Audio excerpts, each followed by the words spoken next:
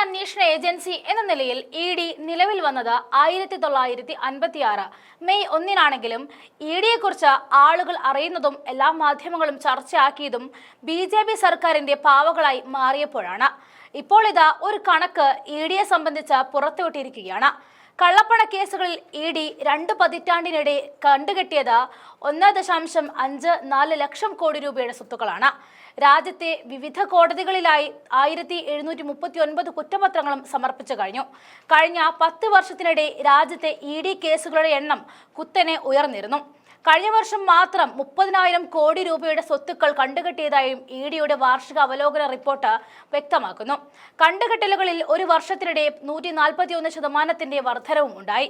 അതേസമയം അറസ്റ്റുകളിൽ 21% കുറവും ഉണ്ടായി. 2024-25 സാമ്പത്തിക വർഷം 30 കേസുകളിലായി കണ്ടുകെട്ടിയ 15,261 കോടി രൂപയുടെ സ്വത്ത് ഇരകൾക്ക് തിരിച്ചു നൽകിയെന്നും റിപ്പോർട്ടിൽ പറയുന്നുണ്ട്. മറ്റൊരു കഥയെന്തെന്നാൽ 10 വർഷത്തിനിടെ എം.പിമാരും എം.എൽ.എമാരും ഉൾപ്പെടെ രാഷ്ട്രീയ നേതാക്കളുടെ പേരിൽ 193 കേസ് ഇ.ഡി രജിസ്റ്റർ ചെയ്തതായിട്ടും 2 മാസം മുൻപ് രാജ്യസഭയിൽ വെളിപ്പെടുത്തലുണ്ടായിരുന്നു എന്നതാണ്. അതിൽ ബി.ജെ.പി. നേതാക്കൾ ഒഴികെയുണ്ടായിരുന്നു എന്നതും ശ്രദ്ധേയമാണ്.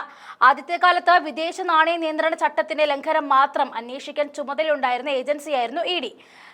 പിന്നീട് വിദേശ നാണയ വിനിമയ ചട്ടമായി. എന്നാൽ 2002 കള്ളപ്പണം വെളുപ്പിക്കൽ തടയൽ നിയമം വന്നതോടെ ഇ.ഡിയുടെ അധികാരങ്ങൾ വിശാലമായി മാറി. 2005 മുതൽ ഈ നിയമം നടപ്പിലാക്കി തുടങ്ങിയതോടെയാണ് ഇ.ഡി കേസുകൾ കൂടാൻ തുടങ്ങിയത്. കള്ളപ്പണ ഇടപാടുകളിൽ തന്നെ ആദ്യഘട്ടത്തിൽ മയക്കുമരുന്ന് ബന്ധമുള്ള കേസുകളായിരുന്നു രജിസ്റ്റർ ചെയ്തിരുന്നുവെങ്കിലും അതിൽ തന്നെ 30 ലക്ഷം രൂപയെങ്കിലും ഉൾപ്പെട്ടിട്ടുണ്ടെങ്കിലേ ഇ.ഡിക്ക് കേസെടുക്കാൻ അനുവാദമുണ്ടായിരുന്നുള്ളൂ. 2012 PMLA നിയമം ഭേദഗതി ചെയ്തതോടെയാണ് ഈ പരിധി എടുത്തുകളഞ്ഞത്. ഇക്കാരണങ്ങളാൽ 2014 മാർച്ച് വരെ 1783 കേസ് മാത്രമായിരുന്നു രജിസ്റ്റർ ചെയ്തത്. എന്നാൽ 2014 ഏപ്രിൽ മുതൽ 2024 മാർച്ച് വരെ ഇ.ഡി കേസുകൾ കുത്തനെ ഉയരുകയായിരുന്നു. ഈ കാലയളവിൽ 5113 കേസിലാണ് അന്വേഷണം നടന്നത്. ഇ.ഡിക്ക് കേസുകൾ രജിസ്റ്റർ ചെയ്യാൻ കുറ്റപത്രം വേണമെന്ന നിബന്ധന ഒഴിവാക്കിയതും കേസുകൾ കൂടാൻ കാരണമായി മാറി. ഏതെങ്കിലും ഒരു അന്വേഷണ ഏജൻസി FIR രജിസ്റ്റർ ചെയ്താൽ ഇ.ഡിക്ക് കേസെടുക്കാമെന്ന സ്ഥിതിയും വന്നു. അങ്ങനെയാണ് ബി.ജെ.പിയുടെ കീഴിൽ അവർ അഴിഞ്ഞാട്ടം ആരംഭിച്ചത്.